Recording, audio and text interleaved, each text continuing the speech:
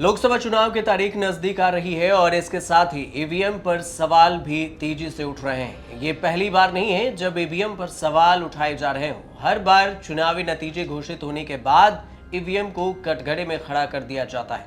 अब इस बार कांग्रेस नेता राहुल गांधी ने फिर से ईवीएम वाले विवाद को हवा दे दी है। 13 मार्च को धुले महाराष्ट्र में भारत जोड़ो न्याय यात्रा लेकर पहुंचे राहुल गांधी ने बीजेपी सरकार पर जमकर वार किया। राहुल गांधी ने ईवीएम का मुद्दा भी उठाया।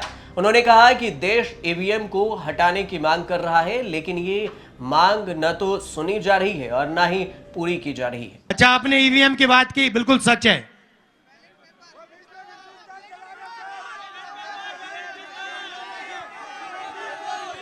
क्या क्या क्या क्या कह रहे क्या कह रहे?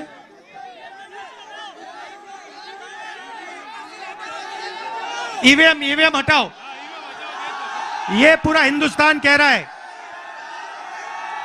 कि ईवीएम में कमी है।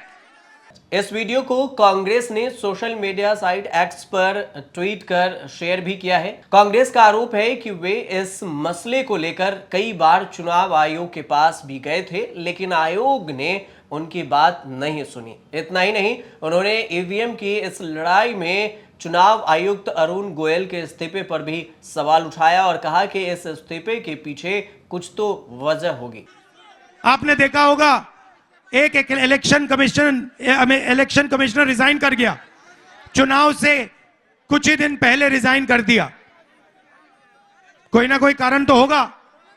विपक्ष हमेशा ही ईवीएम हैकिंग की बात करता रहा है। कांग्रेस के दिग्विजय सिंह से लेकर कमलनाथ वक्त वक्त पर ईवीएम पर सवाल उठाते रहे हैं। इंडिया गठबंधन ने भी ईवीएम को लेकर बैठक की थी। अक्सर मांग होती रही है कि देश में बैलेट पेपर से ही चुनाव होने चाहिए ताकि ईवीएम में किसी भी तरह की धांधली को रोका जा सके, लेकिन हर बार ईवीएम हटाए जाने की मांग को खारिज किया जाता रहा है। चुनाव आयोग का कहना है कि ईवीएम में छेड़छाड़ होना नामुमकिन है, क्योंकि एक वोटर एक बार में ही एक बटन दबा सकता है और ये बटन दबने के बाद मशीन बंद हो जाती है। वोटर चाहकर भी दूसरा बटन नहीं दबा सकता। ऐसे में चिप के जरिए छेड़छाड़ होना संभव ही नहीं है।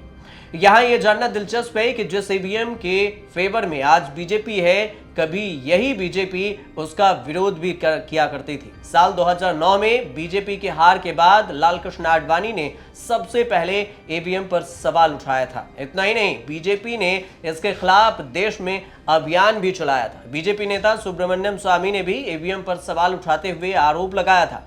उन्होंने कहा था कि साल 2009 में कांग्रेस को उन सीटों पर जीत मिली जिसमें जीतने के लिए असंभव था।